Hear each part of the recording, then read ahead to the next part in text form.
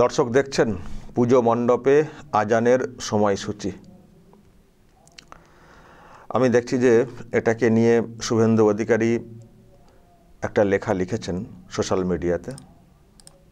দেখুন, মুর্শিদাবাদ জেলার ফরাক্কায় বাংলাদেশের মোহাম্মদ ইউনুস মডেল। ধর্ম যার যার উৎসব সবার, কিন্তু সংখ্যায় কম হলে হিন্দুদেরই করতে হবে আপোষ সমঝোতা, নয়তো ভাগ্যে রয়েছে অত্যাচার। ফরাক্কার মহেশপুর পঞ্চায়েত এলাকার পূর্ব শিবতলায় দুর্গাপুজোর মণ্ডপে আজানের সময়সূচি প্রদর্শন করা হয়েছে। এই দৃশ্য ব্রিটিশ আমলেও দেখা যায়নি, কিন্তু মমতা বন্দ্যোপাধ্যায়ের আমলে এই দৃশ্য দেখতেও আমরা বাধ্য হলাম। মূল বিষয়টির সাথে সাম্প্রদায়িক সম্প্রীতির কোনো সম্পর্ক নেই। ব্যাপার হলো, হিন্দুরা এখানে সংখ্যালঘু, আর বাংলাদেশের মতো এখানেও নানাবিধ নিয়মকানুন আরোপ করা হয়েছে যে সুষ্ঠুভাবে পুজো সম্পন্ন করতে হলে তা অক্ষরে অক্ষরে পালন করতে হবে, নয়তো পুজো মণ্ডপে আক্রমণ ও প্রতিমা ভাঙচুরের নিদর্শন পশ্চিমবঙ্গে মমতা বন্দ্যোপাধ্যায়ের সরকারের আমলে ভুরি ভুরি রয়েছে।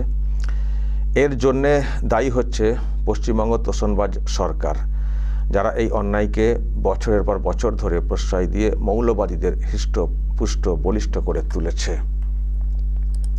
আর একটা পাঠ রয়েছে, এই সরকারের মূল উদ্দেশ্য হলো ক্ষমতায় টিকে থাকা ও হিন্দুদের উপর নির্যাতনের মাত্রা বৃদ্ধি করে নিজের আখের গোছানো। কারণ সনাতনীদের আস্থা এই সরকারের ওপর থেকে উঠে গেছে, তাই হিন্দুদের বেকায়দায় ফেলে ভোট ব্যাংকে মজিয়ে রাখা, যাতে মূল বিষয়গুলি যেমন শিক্ষা, স্বাস্থ্য, কর্মসংস্থান নিয়ে কেউ ভাববার সময় না পায়। 2026 সালে এই হিন্দু বিরোধী মমতা সরকারকে না ক্ষমতাচ্যুত করতে পারলে হিন্দুদের এই সব নিয়ম কানুনে অভ্যস্ত হয়ে যেতে হবে, এবং আজ ফরাক্কায় যে দৃশ্য দেখতে আমরা বাধ্য হলাম, কাল সারা পশ্চিমবঙ্গের দিকে দিকে দেখতে হবে। হয়তো এমন দিন আসবে যখন মূর্তি পুজোয় আপত্তি জানানো হবে। ভুলে গেলে চলবে না, এই দেশেই একসময় হিন্দুদের জিজিয়া কর দিতে হতো। একথা লিখেছেন শুভেন্দু অধিকারী। প্রিয় দর্শক, আমি শফিকুল ইসলাম এবং আপনারা দেখছেন আরামবাগ টিভি। আসলে এই যে আজানের যে সময়সূচি দেওয়া হয়েছে, ফতোয়াটা আগে থেকেই চলছিল। যেমন একটা চিঠি দেখছিলাম সোশ্যাল মিডিয়াতে এসছিল অন্য একটি জায়গার, এটা চিতুরি উত্তরপাড়া জামে মসজিদ, পোস্ট বালতি, স্বরূপনগর। পুজো কমিটিকে চিঠি করে জানানো হয়েছিল, একেবারে সময় উল্লেখ করে, যে 5 ওয়াক্ত নামাজ রয়েছে, ভোর, দুপুর, বিকেল, সন্ধ্যা, রাত্রি, এই সময় থেকে এই সময়ের মধ্যে মাইক বা কোনো আওয়াজ টাওয়াজ করা যাবে না, এরকম চিঠি করা হয়েছিল। একটা চিঠি সোশ্যাল মিডিয়াতে এসেছিল, আমি জানি না আরও অন্যান্য জায়গাতে গেছে কিনা। আর শুধু চিঠি না, এটাও দেখেছিলাম, আমি দেখিয়েছিলাম আপনাদেরকে, টিএমসির এক এমএলএ রফিকুর রহমান আমডাঙ্গার, উনি তো ডিরেক্টলি মিডিয়ার সামনে বলেও ছিলেন, একেবারে কার্যত ফতোয়া দিয়েছিলেন। তো কি বলেছিলেন দর্শক, আজকে আরও একবার শোনাই, তাহলে বুঝতে পারবেন কি চলছে এই বাংলাতে। মানে ভাবতে পারা যাচ্ছে না সত্যি। মানে বাংলাদেশে এইসব শুনেছি, বাংলাদেশে এবারেও সব ফতোয়া দেখছিলাম যে আজানের সময়, নামাজের সময়ে মাইক টাইক বাজানো যাবে না, এবারেও আমি মিডিয়াতে দেখছিলাম, বাংলাদেশের মিডিয়াতেই। ফলে ওখানে চলে, কিন্তু ওই সিস্টেম এখানে চলে আসছে। মানে হিন্দু, মানে মুসলিমদের ধর্মটা আগে, তাকে মানে অগ্রাধিকার দিতে হবে, তারপরে সময় বাঁচলে তুমি করো।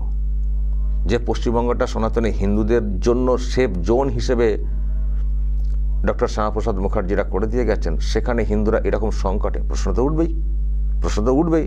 আর আমার বক্তব্য, যে যার ধর্ম যে যার মতো করে পালন করুন, কে ডিস্টার্ব কেন হবে? মাইক বাজছে, তুমি তোমার বাড়িতে নামাজ পড়বে, মসজিদে নামাজ পড়বে, সমস্যা কেন? তুমি তোমার নামাজে কনসেন্ট্রেশন দাও না, তোমার ওদিকে ঝোঁক কেন? কোথায় কি গান বাজছে এত তোমার ঝোঁক কেন? বা কোথায় ঢাক বাজছে? তুমি যদি সত্যিই তোমার হয়, তুমি তোমার এতে মন দাও না, মন দেওয়া যায় না, কান চলে যাচ্ছে অন্যদিকে। আর কানে যদি আসেও ভেসে, আপনি যদি আপনার নিজের এটা মানে মনোসংযোগ দিয়ে করতে পারেন তো সমস্যা কোথায়? 5টা দিন সহ্য করা যাচ্ছে না, আর ওনারা তো 365 দিন আজান সহ্য করছেন মসজিদের। ওনারাও তো প্রশ্ন তুলতে পারেন যে আমাদের ডিস্টার্ব করা চলবে না, বা আমাদের এই পুজোর সময় আমাদের সময় আপনাদের মাইক বন্ধ রাখতে হবে, এক্ষুনি বলতে পারেন। আমি দর্শক আপনাদেরকে এটা শুনিয়েছিলাম, আজকে আরও একবার শোনাই, দেখবেন ওই ওখানকার এমএলএ কীরকম কাণ্ডজ্ঞানহীন মন্তব্য করেছেন। আমি বলেছি এরকম মন্তব্য আর কী প্রয়োজন রয়েছে?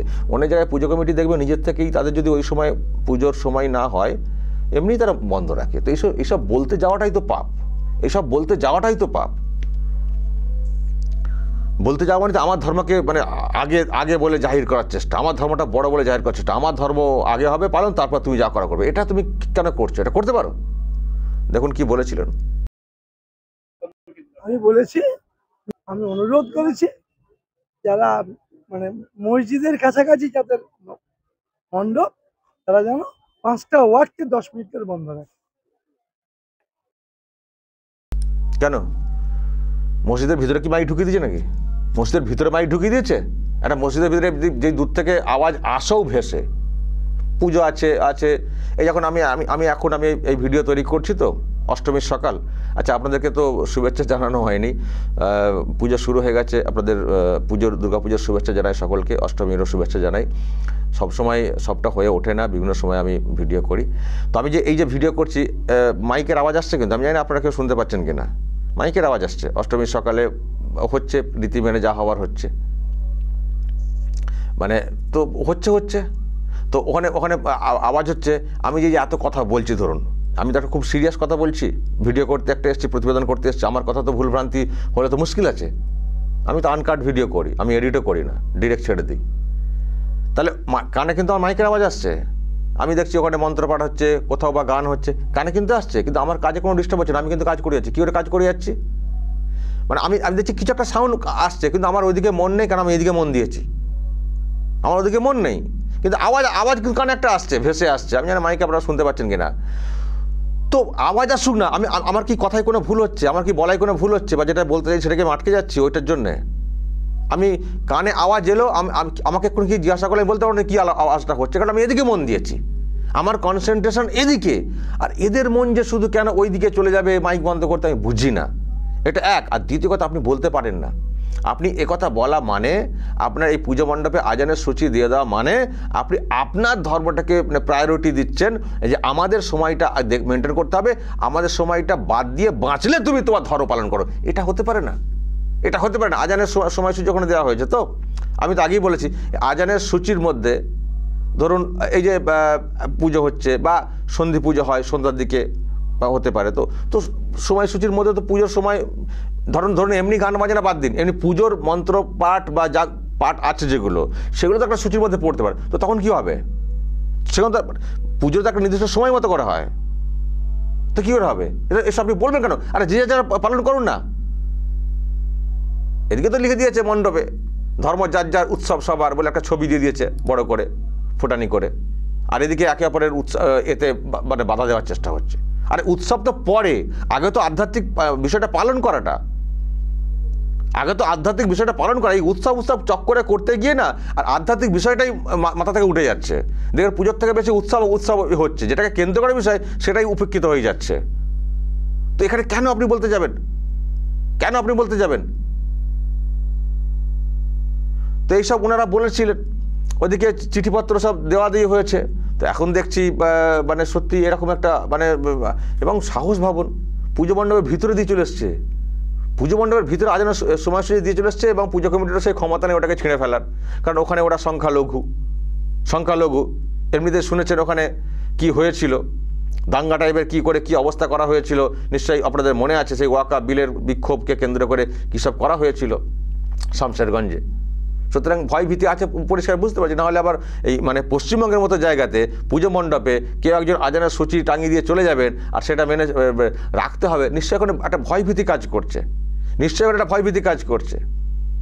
তো এই হচ্ছে মানে পশ্চিমবঙ্গের অবস্থা। আবার বলছি, যা শুরু করেছেন রফিকুর রহমানরা, এবার কিন্তু ওই রকম দাবি উঠবে যে আজান আমরা শুনবো না, আজানের জন্য আমাদের ডিস্টার্ব হয়, উঠবে। কারণ ওই যে ইনারা ওনাদের ডিস্টার্বের কথা বলছেন, উঠবে। তো তার মানে আলটিমেটলি আপনি নিজে আপনার ধর্মকে বিপদে ফেলছেন।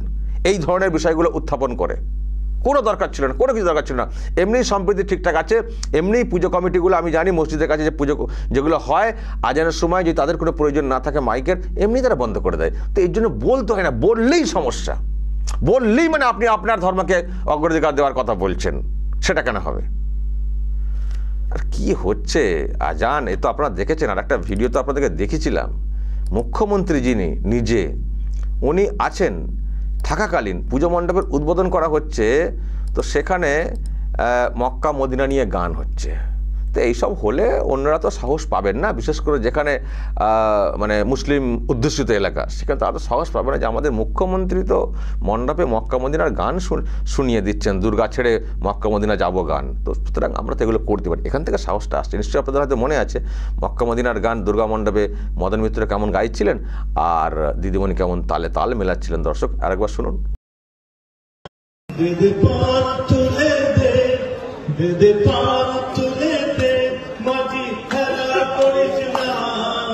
ছেড়ে দে নৌকা আমি যাব মদিনা, আমার ছেড়ে দে নৌকা আমি যাব মদিনা, আমার হৃদয়েতে কাবা নয়নের মদিনা, আমার হৃদয়েতে কাবা নয়নের মদিনা।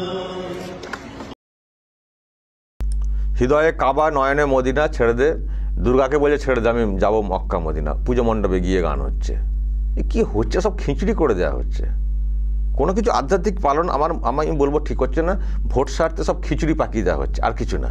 সেই জন্যই তো শুভেন্দু অধিকারী বলছেন যে 2026 সালে একে ক্ষমতাচ্যুত না করতে পারলে আরও অনেক কিছু দেখতে হবে, আর কি আরও অনেক কিছু দেখতে হবে।